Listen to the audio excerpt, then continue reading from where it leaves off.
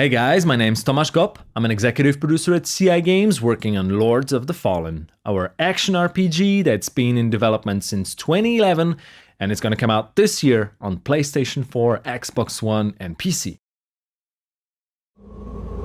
Let's roam a little bit around Old Monastery, and in the meantime I'll tell you about some crucial ideas that drive the development of our game.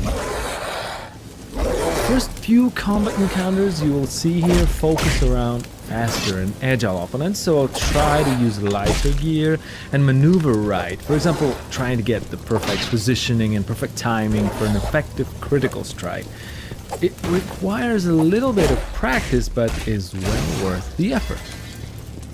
The world we set the game within is very old, and the legend has it that a couple thousand years ago, people have fought and successfully defeated their god together with his demonic army, and it's since then that they believe evil can be completely cast away from human nature. Each individual who commits a deadly sin is forever marked with a tattoo across the face, becoming an outcast for an entire lifetime.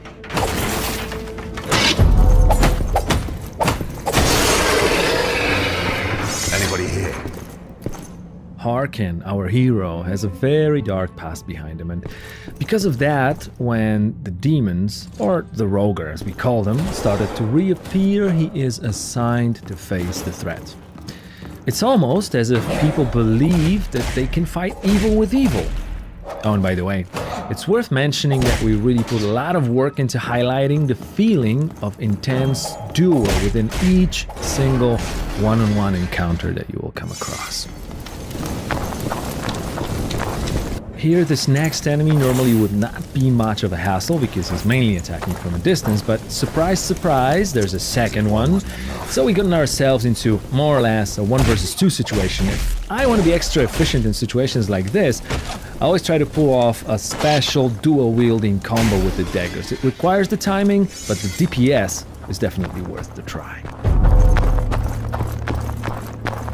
The game will also unlock new worlds for you to explore once you advance on the story path, but the ones you just left are not locked away from you. It's not only possible, but also very encouraged to re-explore the places you've already visited, and the new areas will open up, presenting you with new loot and new opponents.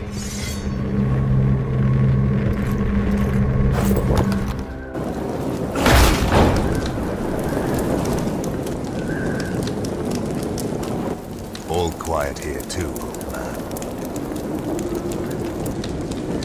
I'm not leaving without answers.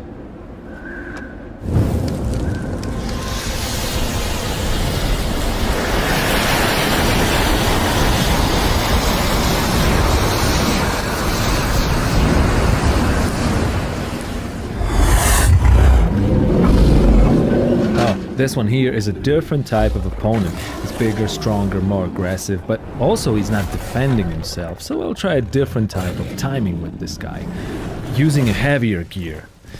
Since we're not a slasher, certain things will not work, like mashing the button, for example. Blocking, well, that probably won't get you far in the long run. So let's set the pace right here. I'll get in, wait for time to deal slower and stronger strike, then get out, rinse and repeat. It's quite useful with heavy weapons like this hammer, and you can even charge the attacks. Another one bites the dust.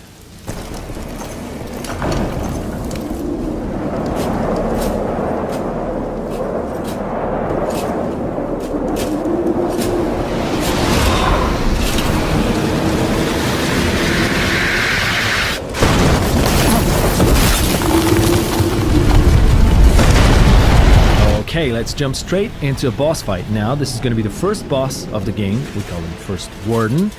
And we wanted him to resemble an honorable knight, fighting and obeying his demonic codex. Gameplay-wise, our goal was to mix action with RPG in a way where all elements, including story, world, and characters, revolve around the user experience. In our case, that means combat and character development. Basically, there are two main pillars of combat in Lords of the Fallen: melee fighting and magical, supernatural skills. The first one is fairly tactical and rewards players who like the feeling of learning and that special sense of becoming proficient at game mechanics. The magical side of Lord's Combat, on the other hand, even though it's not covered in this video, is designed to feel very spectacular and powerful. But that is also not the only reward that counts with using it. Our goal was to give players the means to distribute the process of learning how to play the game along the time they choose. You'll always be able to use magic at times when the difficulty spikes, so it's up to you if you want to use advanced strats instead, especially if that might get you a better loot. There are 3 character classes that you can choose from at the start of the game: Warrior, Cleric and Rogue, and they will determine the set of spells that manifest your playing style. Apart from that, the statistics of a character, the gear that you want to use, can be freely mixed regardless of its suggested class association. For example, if you're more into heavy weapons but still want to keep that light rogue armor, there's no reason not to try this combination out. Or defensive play with a shield or an offensive dual weapon approach, they both can be mastered and become lethal with enough skill and persistence.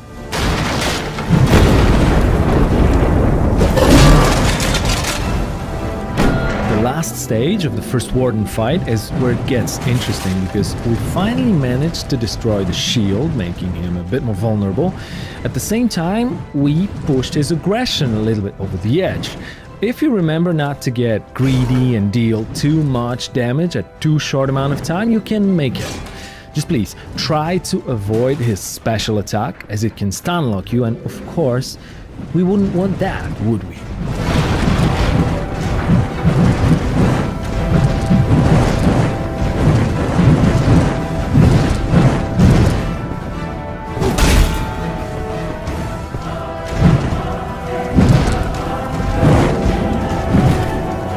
Thanks a lot, guys. That's the first gameplay from Lords of the Fallen, and of course, there's way more to come, so keep your eyes on our website and fun page.